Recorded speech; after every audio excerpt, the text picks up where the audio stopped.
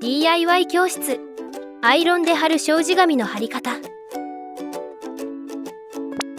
今回はアイロンで貼る障子紙を使用します。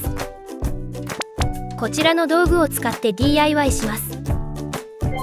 障子を貼り替える前に古い障子紙を剥がしておきましょう。古い障子紙がアイロン張りタイプの場合、障子紙の上からアイロンを当てて熱いうちに端からゆっくり剥がします。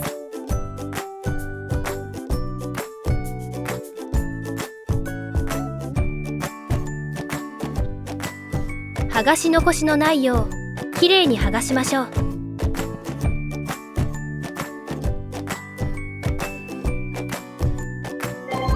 古い障子紙を剥がしたら枠をきれいに掃除します。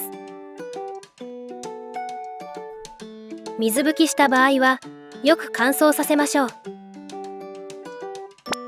アイロン張り障子紙の種類によって設定温度は異なるので、商品の説明欄をよく確かめて温度をセットしてください。障子紙の位置を決め、紙残の 2,3 箇所にアイロンの先端を当てて仮固定します。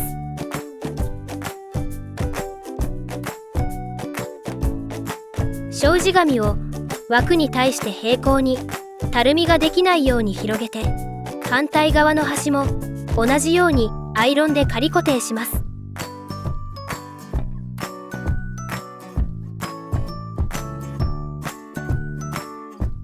次に枠の中心から周囲に向かって3に沿ってゆっくりアイロンを動かして接着します。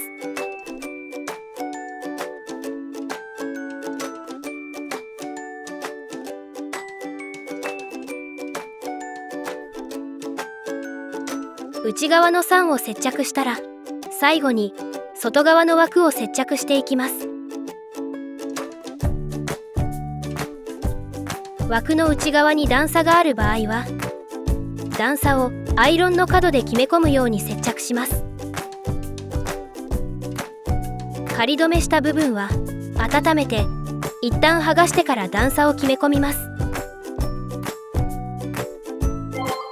枠の周囲の接着部分を1センチほど残して余分な障子紙をカットします。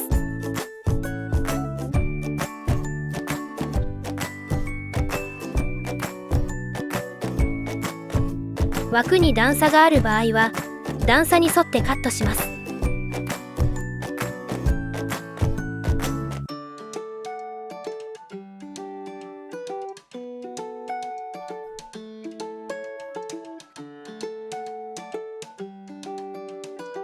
カットした部分はアイロンを当てて熱いうちに取り除いていきます。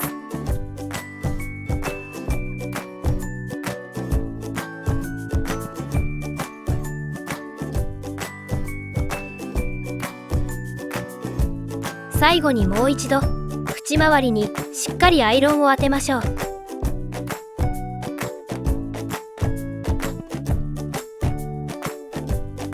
これで障子紙の貼り付けが完了しました。